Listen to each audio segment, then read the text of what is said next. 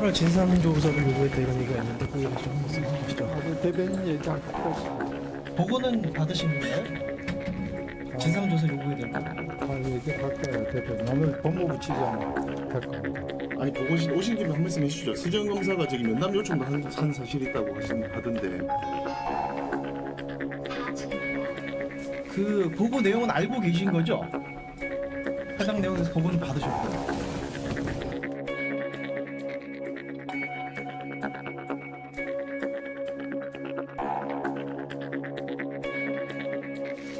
서 검사가 겪었을 고통에 대하여 안타까운 마음을 금할 수 없습니다. 이 문제를 알게 된 후 취한 법무부 차원의 조치가 국민들께서 보시기에는 매우 미흡했을 것입니다. 또한 이메일 확인상의 착오 등으로 혼선을 드린 데 대해서도 대단히 송구스럽다는 말씀을 드립니다.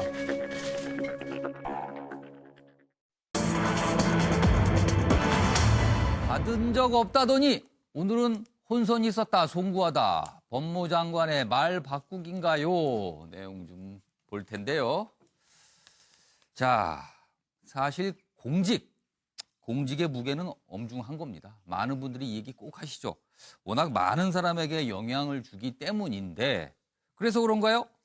영국의 한 고위 공직자는요. 의회 회의에 3분을 지각했습니다. 그러자 결례를 범했다면서 스스로 사퇴를 발표했습니다. 이런 게 공직의 무게가 아닐까 싶은데 과연 우리나라는 어떨까요?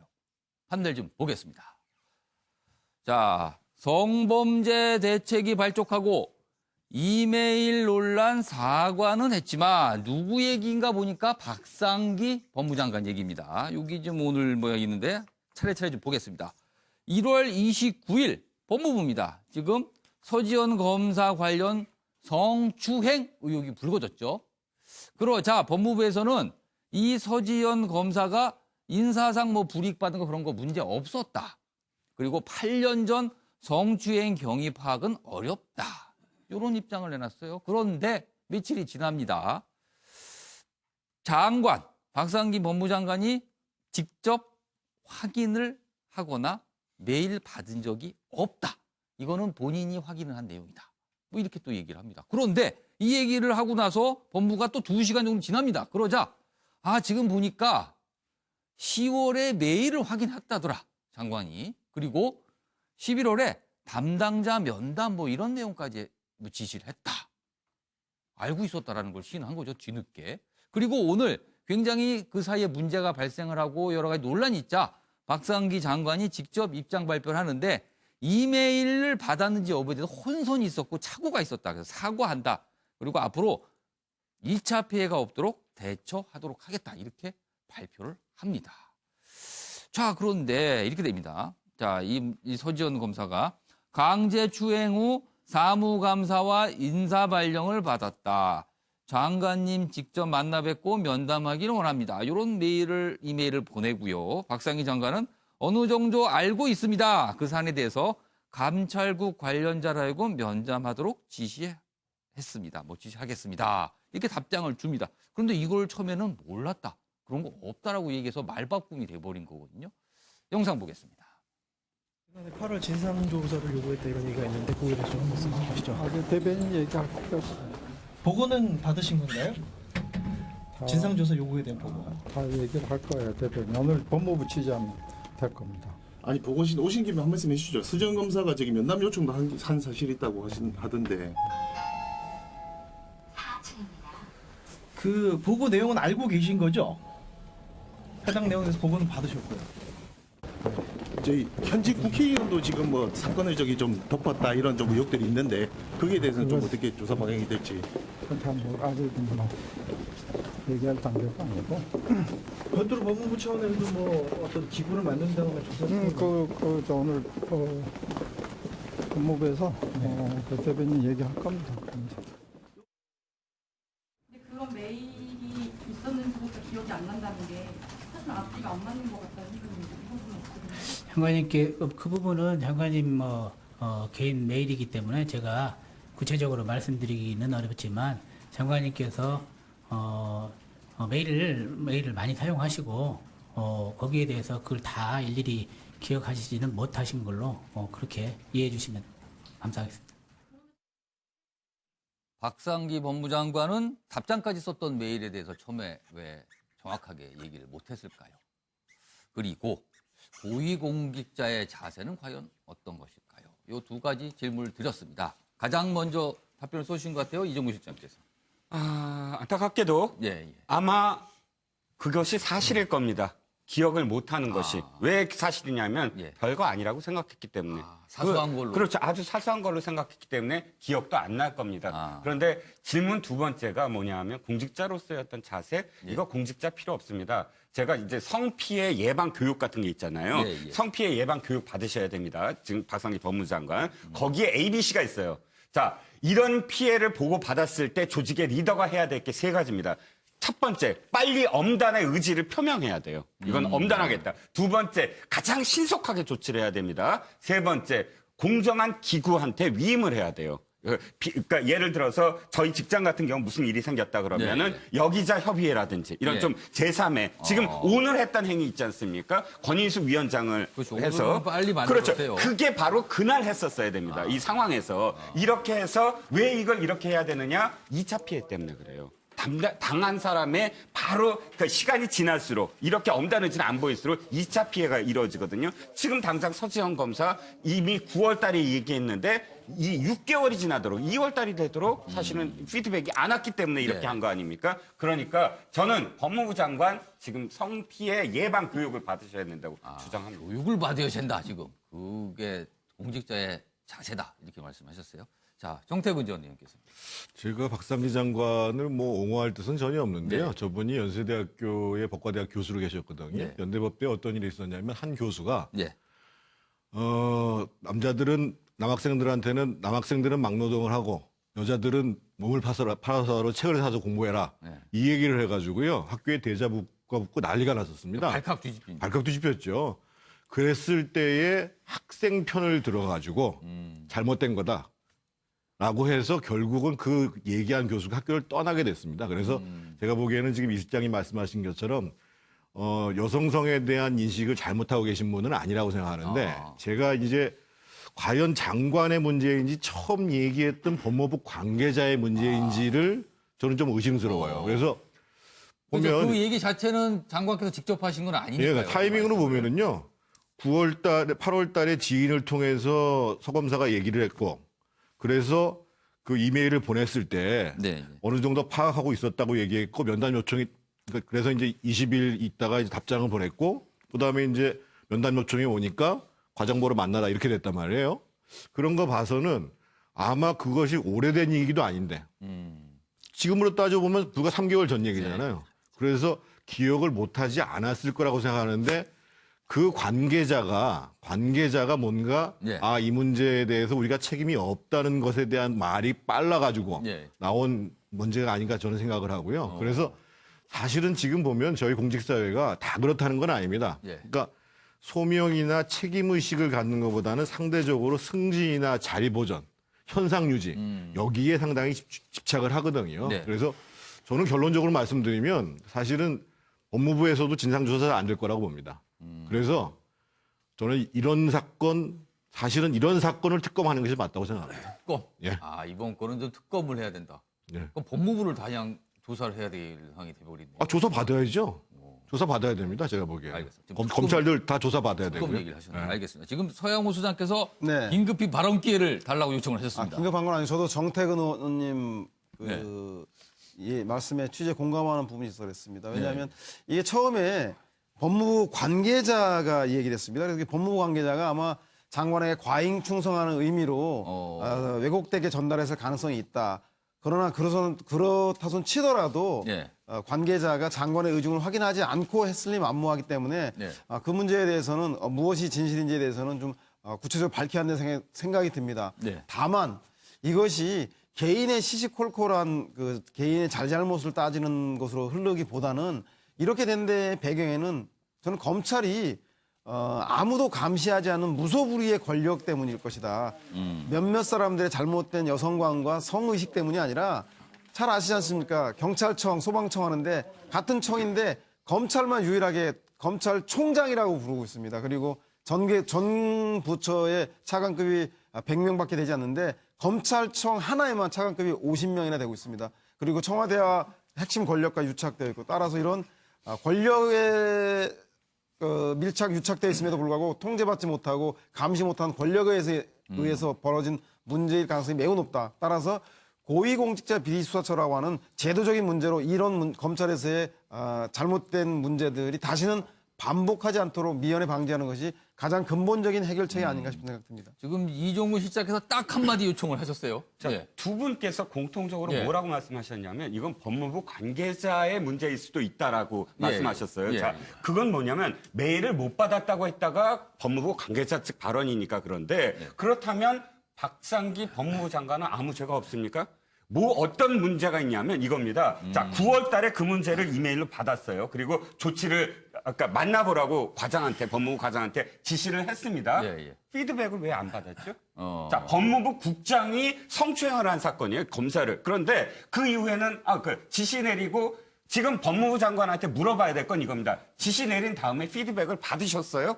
피드백을 요구하셨습니까? 그 아무런 조치가 없었다는 거예요. 그걸 놓쳤다. 메일을 누구한테 받았다 안 받았다가 중요한 게 아니라 6개월 동안 아무런 조치가 없었기 때문에 서지영 검사가 지금 반론을 제기한 거 아닙니까? 아니, 그 장관이 잘못이 없다는 게 아니고요. 장관이 잘못이 없고 명백하게 가려야 되기 때문에 그래서 제가 특검까지 얘기한 겁니다. 잘못 있어요. 그 정도 답변 듣고요. 지금 서영훈 수장께서도 요청을 저도 제 했습니다. 얘기 들으시고 다음 질문하시느라고 이종우 실장님 끝까지 제 얘기 안 들으신 것 같은데 아랫사람 법무부 관계자라고 했지만 그럼에도 불구하고 장관으로서 확인하지 않은 것에 대한 책임을 분명히 밝혀야 한다. 알겠습니다. 다만 이것이 그렇게 개인의 시시비보다는 검찰 전체의 권력적인 문제이기 때문에 검찰 권력을 분산시키는 고위공직자 비리수사처와 함께 제도적인 문제도 함께 개선돼야 한다는 취지로 말씀을 드립니다. 알겠습니다. 지금 이 박상기 장관 개인에 대한 자체의 여러 가지 좀 지적을 해주신 게 내용이 들어 있었다. 이 정도로 정리 좀 하고요. 자, 박상명 교수. 아니, 우리가 이런 문제를 볼 때 이런저런 의중을 다 얘기할 수는 있겠으나 가장 기본적인 상식으로 검사 성추행 사건이 일파만파로 퍼지고 있는 이 사건과 관련해서 법무부 관계자가 법무부 장관의 확인도 하지 않고 난 다음에 얘기를 했다고 충성하기 위해서? 아니, 그거 지금 말이라고 하십니까? 그러면은 문재인 정부는 진짜 심각한 문제죠. 아니, 법무부 관계자 누굽니까, 그러면? 누가 장관한테 확인도 안 하고 나는 지 마음대로 얘기를 해요? 그게 아니죠. 뭐냐면은 물어봤더니 이 사건이 커져버리면은 여론이 어떻게 될까요? 문재인 정부에서도 검사 성추행 사건과 관련해서 진상규명을 은폐시켰다라고 하는 여론이 나올 것 아닙니까? 그 책임지기 두렵잖아요. 어떻게 할까요? 나 그런 메일 받은 적 없다. 보니까 그 뒤에 구체적인 정황이 나와버렸어요. 받았네? 아유, 제가 실수한 겁니다. 이렇게 그냥 물타기 넘어가는 겁니다. 말을 똑바로 하십시오. 그러면 어떻게 해야 됩니까? 지금 이 상황에서 그러면? 이거요. 이거는 그러니까 지금 법무부 차원에서 진상조사를 한다고 하나 검찰도 또 관련된 성추행과 관련해서 지금 진상조사를 한다 그러나 저는 1차적으로는 내부로 자정작용이 돼서 진상을 밝혔으면 좋겠습니다만은 그러나 셀프 감찰, 셀프 조사는 거의 안 됩니다. 아마 조만간에 특별검사 제도 외에는 다른 방법이 없으리라고 봅니다. 특검 얘기를 하신 겁니다. 알겠습니다. 김영규 전 의원님. 저는 대체로 여러 가지 어떤 문제점에 대해서는 인지를 같이 하고 있는데 좀 다른 포인트에서 좀 접근해 보려고 합니다. 사실은 이제 이분이 경실련 의장도 하시고 공동대표도 하시고 아까 정 의원님 말씀하셨던 기본적인 인권의식이라든지 말하자면 성의식 부분은 충분히 어떤 담지하고 있다고 저는 생각을 해요. 다만 이제 바쁜 일정 속에서 충분히 챙기지 못한 과오도 있는데 더 문제는 뭐냐 하면 형사정책을 연구하고 사법개혁을 연구하는 학자이지만 실제로 언론에 대한 태도라든지 또 어떤 여러 질문에 대한 답변한 태도, 어떤 사항에 대한 적절한 문제 해결의 방식에 대한 훈련은 좀 부족한 거 아닌가 솔직히. 그래서 실제적으로 모르는 대로 좀 확인하고 답을 해도 되는데 나는 안 받았다. 이렇게 얘기해서 전혀 바로 굳이 너무 그걸 단정적으로 은폐하려고 하지 말을 않았음에도 불구하고 결국 은폐했다는 이런 비판을 받을 여지가 많고 지난번에 이제 가상화폐 문제 역시도 상당히 어떤 그러네요. 형사 정책이라는 관점에서 보면은 이게 잘못이 있으니까 때려잡아고 폐쇄도 해야 되겠지만 전체적인 조율이 안 된 상태에서 답변해서 본인이 상당히 이것을 억울하게 당하는 그런 경우가 반복되고 있다. 이건 좀 문제다 그렇게 생각이 듭니다. 알겠습니다. 자, 서정욱 변호사. 저는 이제 메일에 대해서 그 해명은요 도저히 믿을 수가 없어요. 한번 생각 이게 보통 심각한 사안이 아니잖아요. 그다음에 국민적인 관심사 아닙니까? 근데 불과 작년 10월달에 직접 이게 답변을 했어요. 이게 기억 안 난다면 이상한 거 아닙니까? 저는 이게 결국은 해명을 믿을 수 없고 이거는 이제 성추행 사건의 사실상 방치를 한 거 아니냐. 또는 이게 그 진상조사나 재발 방지 의지 부족 이것 때문에 그런 걸로 보이고요. 그다음에 저는 가장 이해가 안 되는 게 검찰 과장한테 진상을 면담해봐라 했잖아요. 근데 검찰국장이 은폐 의혹의 핵심 당사자인데 그 밑에 과장이 과연 이게 모든 걸 해결할 수 있겠습니까? 그러니까 검찰에게 위계 서열 질서 아닙니까? 일개 물론 검찰 과장이 낮다는 게 아니고 근데 그 위에 상급자들이 다 연루된 사건에 과장한테 맡기기 전에 문제고요. 그다음 마지막으로 이게 특검 이야기 놓는데 제가 보기에 이 사건은 처벌보다는 뭔가 이게 시스템 개혁이 더 중요해요. 따라서 이게 그 공소시효 문제도 있고 여러 가지 그 친고죄 고소기한도 있기 때문에 저는 이게 처벌 특검이 능사는 아니고 이렇게 외부 성 전문가들이 근본적으로 이 시스템을 바꿀 수 있는 이런 게 더 필요하다 이렇게 보입니다. 지금 보니까 뭐 특검 얘기도 나오고 외부 전문가들이 뭔가 손을 좀 봐야 된다 여러 가지 대안이 나왔습니다. 뭐 관계자분들이 좀 참고를 하셨으면 합니다. 알겠습니다. 지금 시각이 오후 6시 53분을 지나고 있습니다. 다음 정치 핫 이슈로 넘어갑니다. 문건 유출 실수 이렇게 얘기를 했죠. 그런데 MB 집사는 MB 측 사람을 안 만나고 있습니다. 뭔가 좀 굉장히 복잡해 가겠는데 영포 빌딩 스모킹 건이 되는 건가요? 내용 좀 보겠습니다. 자, 평창 올림픽은 참석을 한다고 그러죠. 그리고 다수 수다 놓고 또 복잡한 MB의 마음. 좀 저희가 한번 묘사를 좀 해봤는데, 자, 이명박 전 대통령이 있는데 지금 웃을 수도 울 수도 혹시 이런 기분이 아닐까? 지금 이명박 전 대통령의 머릿속에는 어떤 생각들이 차 있을까? 일단 저희가 봤을 때, 영포 빌딩이 가장 클 것 같아요. 지금 생각 속에는. 여기 지금 뭐 청와대 문건, 뭐 다수 문건 이런 게 지금 계속 거기에서 압수수색이 됐다고 하는데 이거에 대한 신경을 좀 많이 쓰고 있는 게 아닐까 싶고요. 그리고 평창 동계올림픽 개막식 초청장. 개막식에 간다고 참석한다고 했죠. 문재인 대통령이 초청을 했는데 그걸 응했습니다. 이 문제도 지금 머릿속에 좀 담고 있지 않을까. 그리고 정두원 전 의원 여러 가지 얘기를 지금 많이 내놓고 있어요. 굉장히 좀 신경이 쓰이지 않을까 싶고요. 그리고 검찰 조사를 받고 있는 본인들의 측근이었죠. 김희중, 김백준. 여러 가지 얘기들을 검찰에서 내놓고 있기 때문에 또 이것도 신경 쓰이지 않을까. 그리고 여기는 이명박 전 대통령이 워낙 테니스를 좋아하죠. 정현 선수가 최근에 굉장히 큰 활약을 했는데 이것도 좀 잠깐 생각 속에 있지 않을까 싶네요. 자, 요 밑에 내용 좀 보겠습니다. 정두원 전 의원 이런 얘기를 합니다. MB 탄핵당한 박처럼 일 더 키울 수도 있다. 영포 빌딩 문서 굉장히 위험한 물건인 것 같다. 뭐 이런 얘기를 합니다. 어휴, 이 말 자체가 굉장히 사실 의미심장해 보여요. 자, 근데 이명박 전 대통령 측에서는 청와대 문건 보관은 실수다. 영포 빌딩에서 발견된 청와대 문건을 말하는 겁니다. 검찰이 무리한 법 집행을 하고 있는 거다. 이렇게 얘기를 합니다. 근데 검찰은 이에 대해서 무리한 법 집행이라고 적법한 조치다. 이렇게 반박을 했고요. 정호영 전 특검 특수직무유기 혐의로 내일 검찰에 소환된다고 합니다. 영상 보겠습니다. 검찰은 특검에서 넘겨받은 사건에 대하여 검토 후 주식회사 다스 여직원의 개인 횡령에 대하여 입건하여 수사할 것인지 피해 회복되었으므로 입건하지 않을 것인지를 판단하여 그 판단에 따라 일을 하였어야 할 것입니다. 이것을 하지 않은 것은 오히려 검찰의 직무유기라고 할 것입니다. 계속 의혹이 제기된다면 보관하고 있는 자료를 앞으로도 추가로 공개하고자 당시 위 자료를 토대로 특검보 5인과 특검 파견 검찰 부장검사 3인이 모두 모여 심층적인 토의를 하였습니다. 그 결과 주식회사 다스 격리 여직원의 개인 횡령은 특검법 제2조 제3호 및 제4호에 해당하지 아니하고 아울러 제7조의 관련 사건으로도 볼 수 없어서 특검의 수사 대상이 아니라고 결론을 내렸으며 네, 검찰입니다. 좀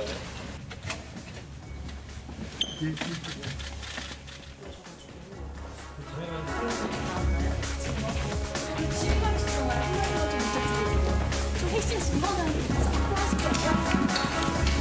직원분들은 안에 다 계셨던 거죠. 여기 위에 청계지만의 또 핵심 달리 이미 또 있다고 생각하시는 거예요? 이제 확보했다는 얘기도 나오고 있는데 여기서도 뭐 회계 정보 같은 것도 가지고 가시는 거예요?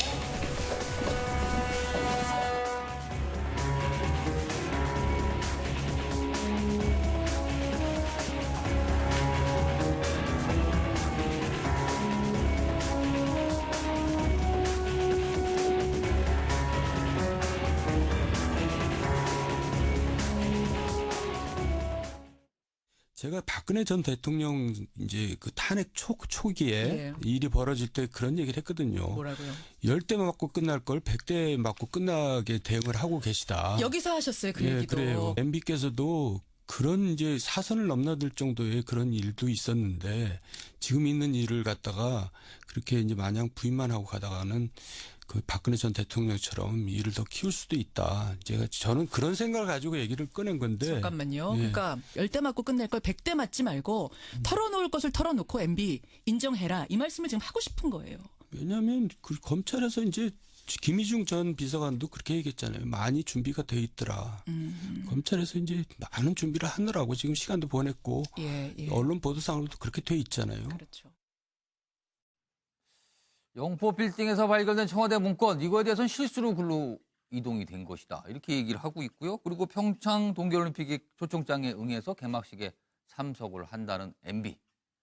과연 지금 무슨 생각 그리고 무슨 속내일까요? 질문을 좀 드렸습니다.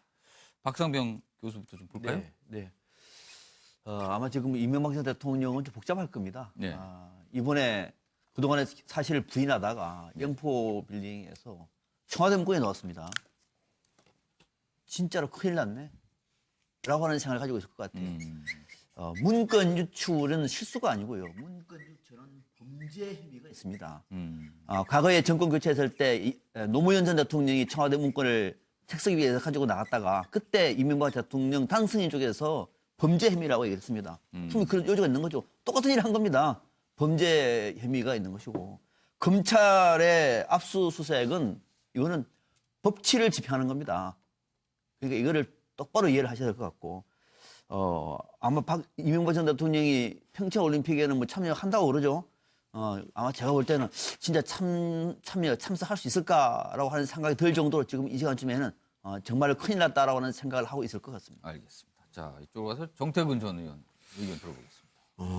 이명박 전 대통령이 굉장히 지금 머리가 복잡할 것 같아요. 근데 지금 뭐 문건 유출은 실수고 압수수색은 불법이라는 거는 아마 이명박 전 대통령의 생각이 아니라 참모들이 이렇게 얘기하면 어떨까요? 그러니까 알아서 해. 가장 무난한 발언이 원래 그 이명박 전 대통령 특유의 화법이 곤란한 거는 그냥 알아서 해라고 얘기를 하시거든요. 원래요. 근데 사실은 뭐 문건을 가져와서 창고에 넣었잖아요. 근데 그걸 실수라고 얘기할 수가 없잖아요. 그리고 그게 실수라면 청와대가 너무 허술한 거 아닙니까?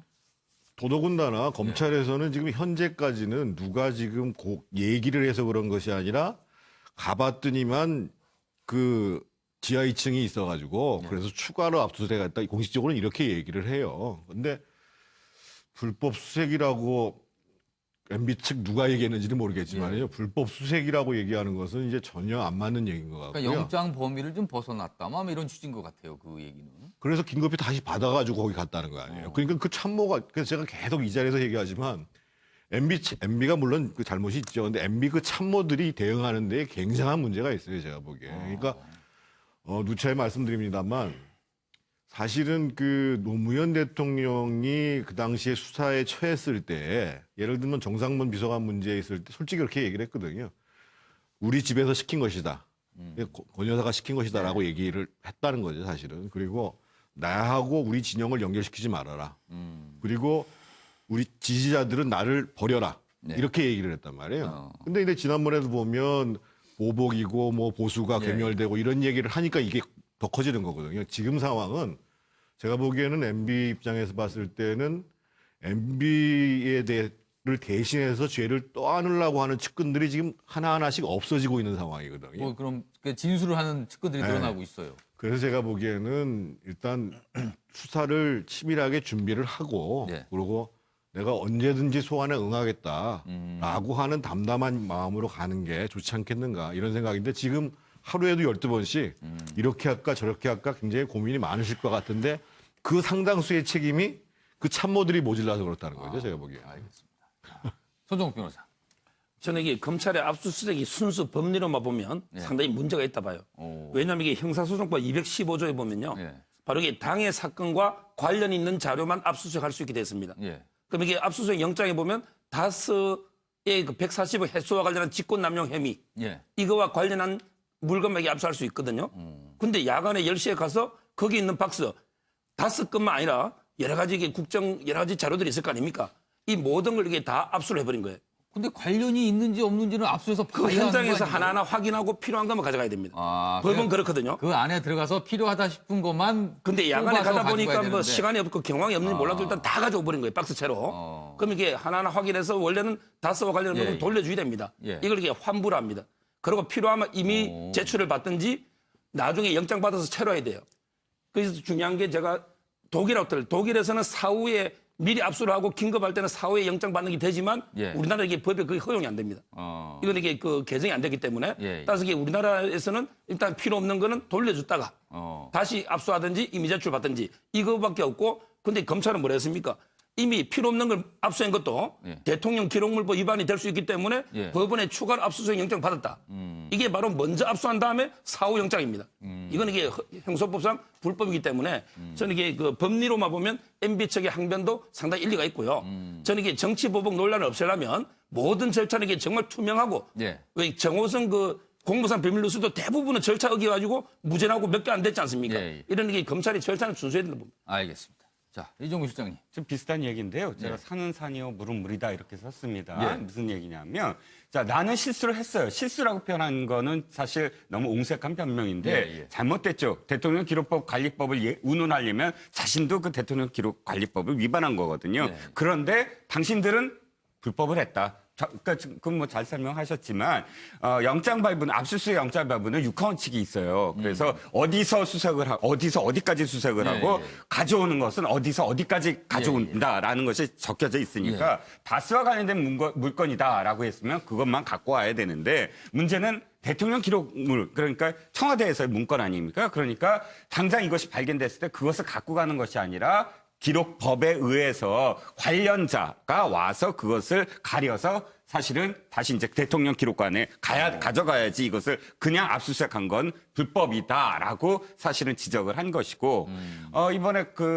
이 올림픽에 가는 건 그것도 역시 산은 산이요 물은 물이다. 내가 지금 아직 무죄 추정 원칙 아닙니까? 죄가 있는 게 아니잖아요. 그러니까 전직 대통령 의 예우를 받는 유일한 전직 대통령 아닙니까? 지금 아무도 예우를 받지 못하는 상황에서 당연히 가야 된다. 그건 도리다라고 생각을 하는 것 같습니다. 여러 가지 상황이 지금으로선 불리한 것 같지만 그래도 해볼 만하다. 뭐 이런 느낌이 있다. 이렇게 좀 말씀하신 것 같아요. 지금 상황으로서. 조금 다른데 어찌됐든. 알겠습니다. 제가 좀 이상하게 해서 그랬나요? 알겠습니다. 자, 김영주 전 의원님. 네. 우선은 그 현재 MB 속내는 사실은 이제 평창 동계올림픽 기간이 들어감으로 인해서 실제로 오늘로 보면은 24일 정도의 자기가 어떤 그 자유로울 수 있는 기간이 확보된 겁니다. 평창 동계올림픽 이후에 이제 검찰 출두 요구서라든지 그 기간이 있기 때문에 그 기간 동안에 어떻게 현 정부하고 딜을 할 것인가 어떤 물건을 가지고 본인은 그렇지 않지만 그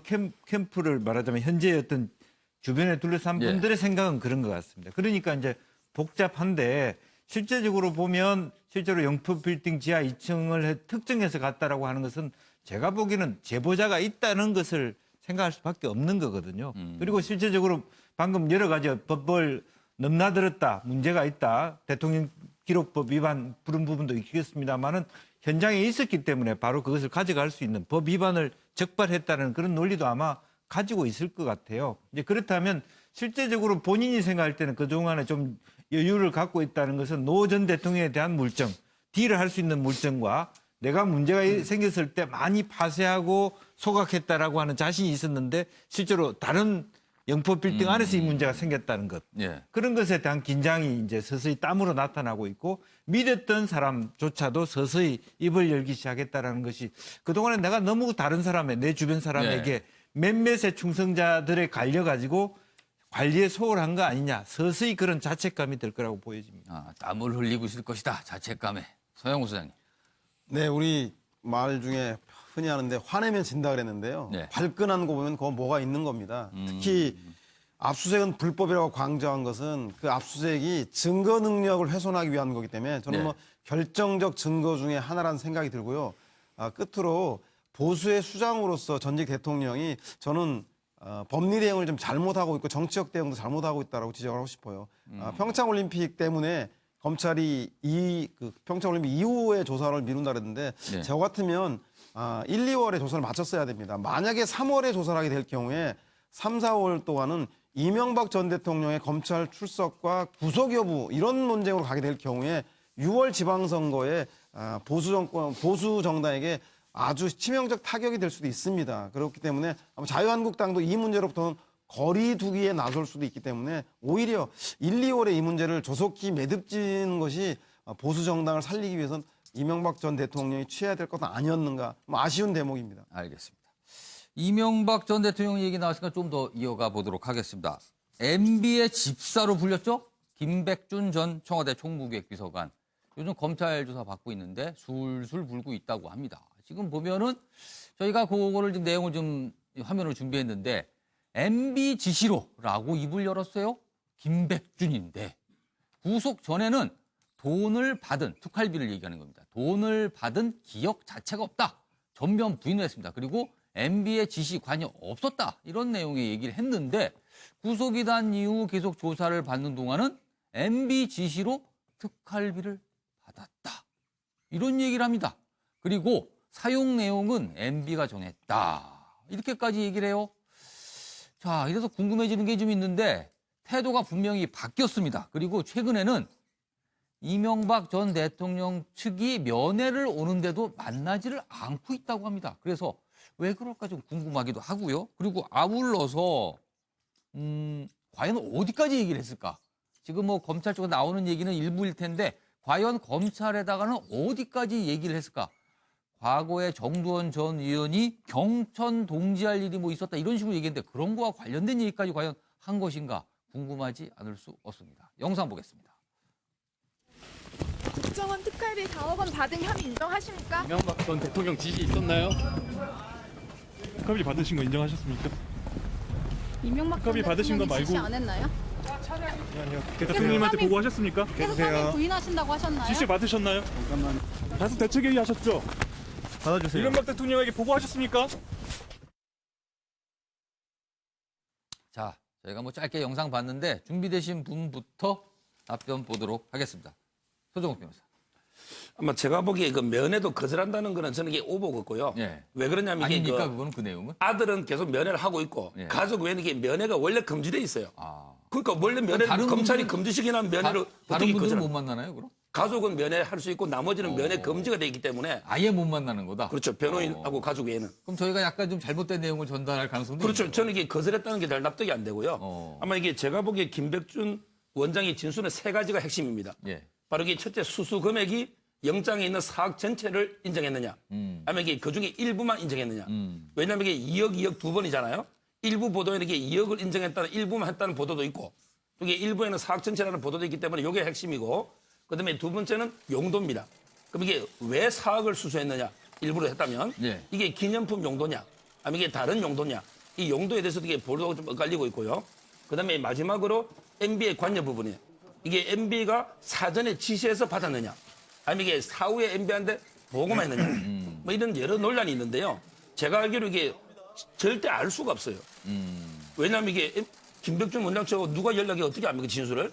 저는 이게 아마 검찰 일부에서 약간씩 기자들한테 흘리는 걸로 보이는데 이거는 이게 중대한 이게 피해자의 공표행위입니다.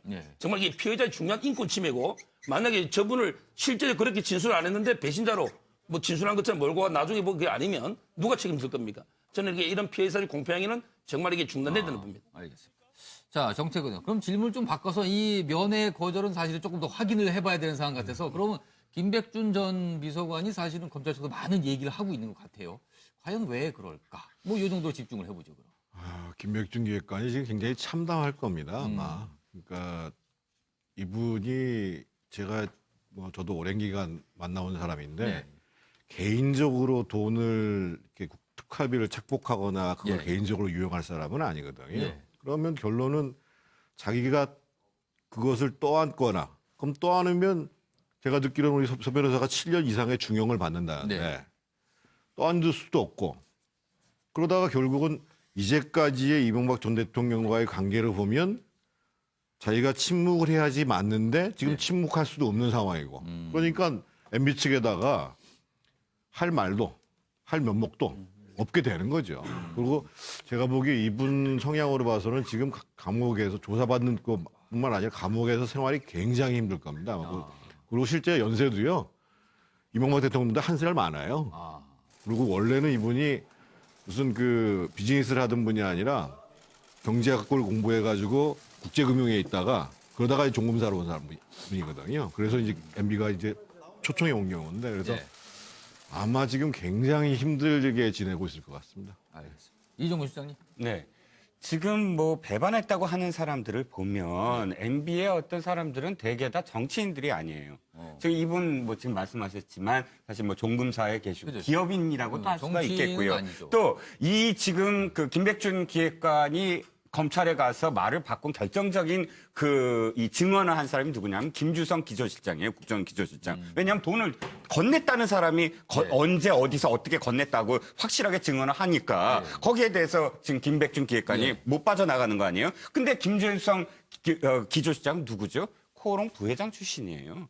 그렇게 이야기하는 사람들 보면 대개는 이런 어떤 그런 그 기업인이라든지 그런 사람들, 오너도 아니고요. 그런데 이분 김백준 기획관이나 다 이렇게 생각을 할 겁니다. 정치인이 아니잖아요. 내가 대신 들어가서 나중에 나와서 사면 받아갖고 이런 어떤 다시 복권을 한다? 이럴 필요도 없고요. 또 오너도 아니잖아요. 나가서 어찌됐든 이렇게 했다가 나중에 사면 받아서 나오면 내 기업이 있고.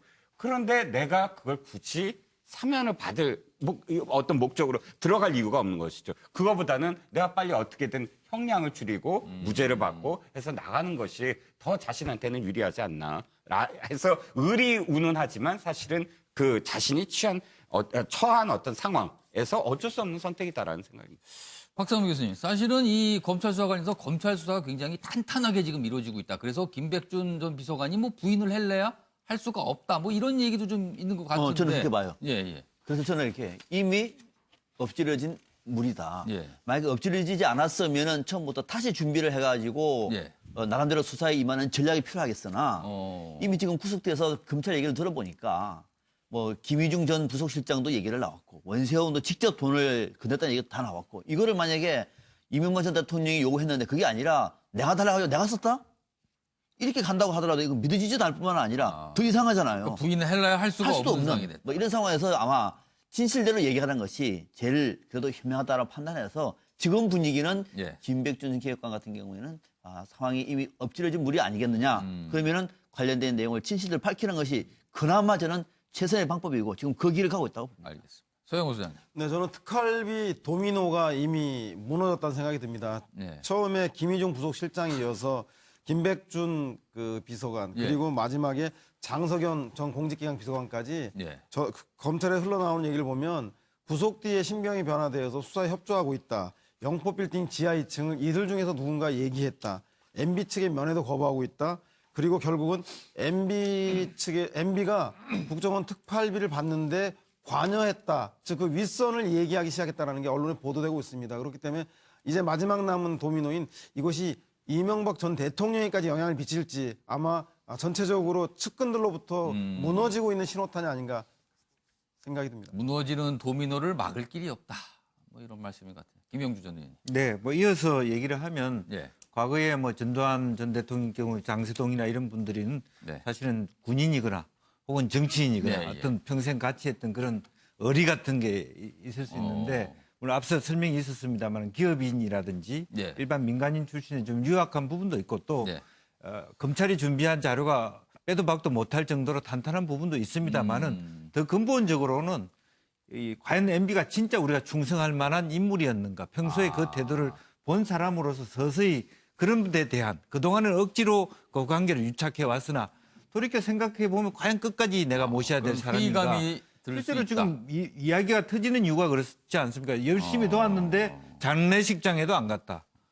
그런 사람을 내가 꽃은 끝까지 보냈다 그러는데. 그러니까 꽃은 보냈다 이렇게 얘기하는 사람에게 대해서 입을 끝까지 담고 내가 7년, 8년을 감옥 생활을 해야 되느냐에 대한 심각한 말하자면 고민이 시작됐다. 그렇게 볼 수 있는 겁니다. 알겠습니다. 그렇군요. 뭐 이명박 전 대통령 얘기는 여기서 좀 마무리하고요. 다음 주제 갈 텐데요. 구속돼 있는 박근혜 전 대통령 얘기입니다. 평소에 지금 신문과 방송은 잘 안 본다 그러네요. 그리고 대신에 지지자들이 하루에 한 30여 통의 편지를 보내주는데 그거는 꼼꼼히 읽고요. 그리고 그 편지와 함께 온 기사는 좀 읽는다고 합니다. 지지자들이 보내준 기사.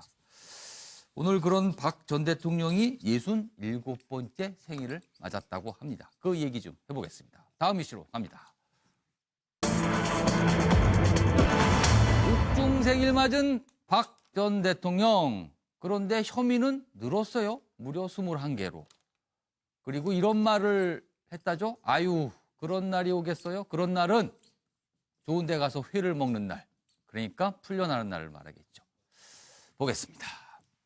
옥중 67, 67번째 생일을 맞은 박 전 대통령. 아유, 그런 날 오겠어요. 뭐 이런 얘기를 했다라는데, 자, 저희가 이 생일 맞아서 생일 케이크를 그림을 그려봤는데 지금 이 케이크의 초가 좀 심상치 않습니다. 직권남용초, 공무상 비밀누설, 툭칼비 수수, 뭐 뇌물수수. 그렇다가 최근에 추가됐습니다. 21개 마지막 초가 공천, 선거 개입 혐의가 추가가 됐습니다. 검찰에서는 뭐 세월호, 혼인마을 뭐 이런 것까지 지금 얘기를 하고 있고요. 그런데 유용화 변호사죠? 측근입니다. 최순실한테 속은 죄밖에 없다. 김영석, 윤학배, 해수부 전직, 현직 관계자들입니다. 세월호 조사 방해 혐의로 지금 조사를 받고 있죠. 자, 그리고 지지자들 죄 없는 박 석방하라. 오늘 구치소 앞에서 생일 축하 집회를 열었다 그러네요. 동생 박근영 씨 그리고 남편이죠. 신동욱 씨. 저희도 참여했어요. 오늘 모습이 이렇게 나오고 있습니다. 자, 그래서 이런 질문을 저희가 좀 드렸는데 미리 답변을 좀 써주신 분도 있어요. 옥중 67번째 생일을 맞은 박근혜 전 대통령. 그리고 혐의는 21개로 늘었죠. 과연 지금 무슨 생각을 하고 있을까요? 김영주 전 의원님. 네. 먼저 쓰셨네요. 뭐 어쨌든 밖에 생일을 맞이해서 축하하고 위로하는 열띤 지지자들, 열띤 지지가 여전히 박 대통령 앞에 있다고 생각하면 그 사람이 그렇게 되지 않습니까? 이제 한 개, 두 개의 범죄가 됐을 때는 이게 이 법을 어떻게 피하고 하지만 20개가 되면 20개나 21개나 그런 생각을 하게 될 것 같아요. 본인은 어차피 지금 정치적 말하자면 탄압의 대상자이고 오히려 그런 면에서 오히려 21번째 되는 죄는 오히려 우리 보수 진영을 위해서 내가 떳떳하게 일한 것이다. 오히려 그러한 담담한 생각으로 맞이하지 않을까 그렇게 생각이 듭니다. 제가 지금 질문이 좀 어려웠나 봅니다. 다른 분들이 굉장히 고민하면서 이제 쓰시는데 이종훈 실장께서 좀 빠르게 쓰셨어요. 자, 이걸 봐주세요. 뭐라고 썼는지 한번 보여주시면. 자, 제가 조금 글자를 옆으로 이렇게 뉘었습니다. 자, 이게 약간 기울게 쓰셨네요. 예. 정현 선수가 카메라에다 대고 썼죠. 보고 있나? 보고 있나. 자, 그걸 제가 좀 패러디해서 썼는데 무슨 말씀을 드리고 싶냐면 자, 국정원 특활비 몇억 원을 사실은 여론조사에 썼습니다. 그래서 그것을 현기환 수석을 통해서 당시 이한구 공천심사위원장한테 전달했을 걸로 추정이 되죠. 왜냐하면 두 분이 만난 호텔에서 만난 것까지. 뭐 확인되지만 추정이라고 좀. 만난 것이 이제 어쨌든 언론에 보도됐고 이한구 당시 공심위원장이 굉장히 그때 화를 내는 기자들한테 화를 내는 장면까지 나왔죠.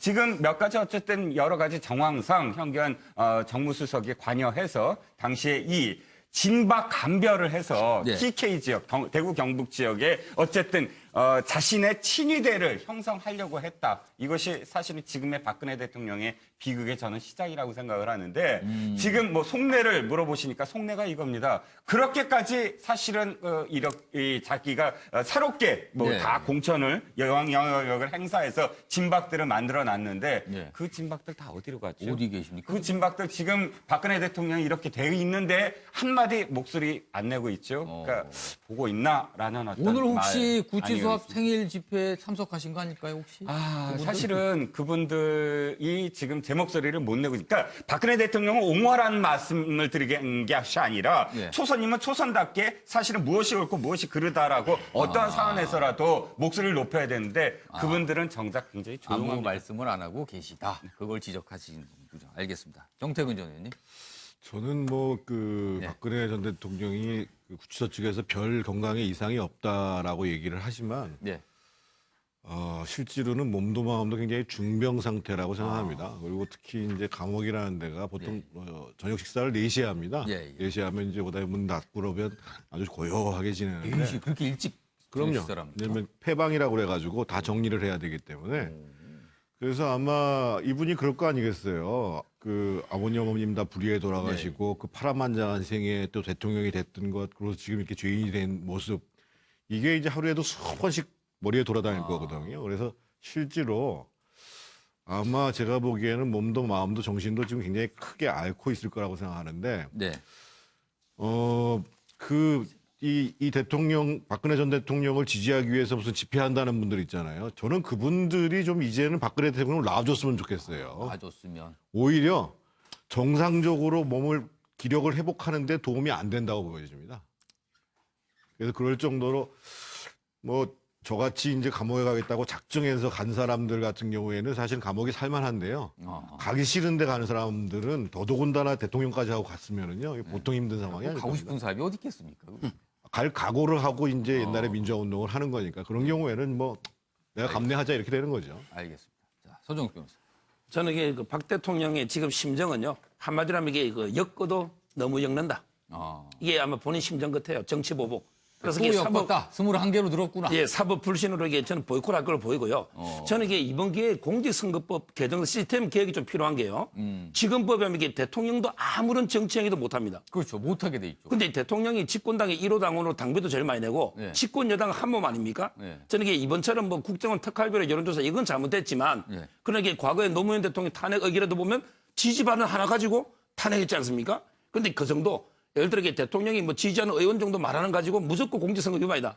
이렇게 엄벌 근데 하는 과거에 것보다는 그 공직선거법 위반 때문에 대통령이 탄핵까지 나온 거 아닙니까? 그러니까 그것도 잘못됐고 저는 이것도 그렇고 뭔가 미국 같은 데는 자유롭지 않습니까? 따라서 저는 시스템을 좀 제한적으로는 허용하는 이게 좀 개혁이 필요하다 봅니다. 오늘 서정욱 변호사 답변 중에 주로 시스템을 좀 바꿔댄다 이런 답변이 처벌보다는 저는 미래지향제로 가야 된다는 거죠. 알겠습니다. 자, 박상병 교수님. 네. 구태여 사람을 비판하기 부담스러울 때는 대부분 시스템을 바꾸자 얘기를 하는 거죠. 그런 건가요, 지금? 영문이야 그렇게 갖고 서정욱 변호사도 말하기가 좀 애매하셔서 그렇다. 그렇죠. 저는 그렇게 들리는데. 근데 박근혜 전 대통령이 혐의가 20개에서 21개로 늘어났다. 별로 그렇게 크게 저는 반응하지 않을 것 같아요. 진짜 몸도 마음도 다 지쳤으리라고 보고요. 다 내려놓았다고 생각합니다. 그러면 제일 좋은 생각이 빨리 재판 끝나고 확정되고 그냥 집에 가고 싶다. 라고 하는 생각을 하고 있으라고 봐요. 집에 가고 싶다. 네. 그래서 이거를 법적으로 대응하기에는 이미 게임이 끝난 것 같고 재판 확정되고 정치적인 사면으로 빨리 풀려서 좀 집에 가고 싶다 정도 생각을 하고 있습니다. 그런데 유영아 변호사가 물어보니까 그런 날이 오겠어요라고 답을 했다. 그런 날이 빨리 왔으면 좋겠다라고 하는 얘기예요. 그렇군요. 알겠습니다. 자, 그럼 서양호 소장님.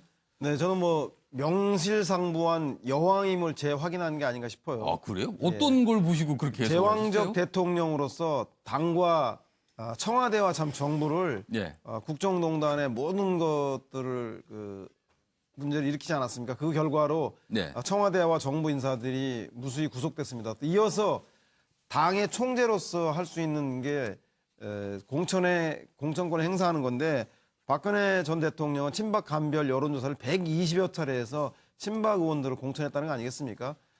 정부와 청와대에 이어 당까지 당의 가장 핵심인 총선의 공천권까지 행사한 것 명실상부하게 제왕적 총재, 제왕적 대통령으로서의 역할을 한 게 아닌가. 그것에 대해서 이만한 권력을 누린 사람이 있느냐라고 역설적으로 박근혜 전 대통령은 본인을 평가하고 있을지도 모르겠습니다. 알겠습니다. 저는 뭐 명실상부 여왕임을 다시 한번 확인한 거다. 지금 제가 한 30초 정도 남아서 박상도 교수께 질문 좀 하나 좀 추가드릴게요.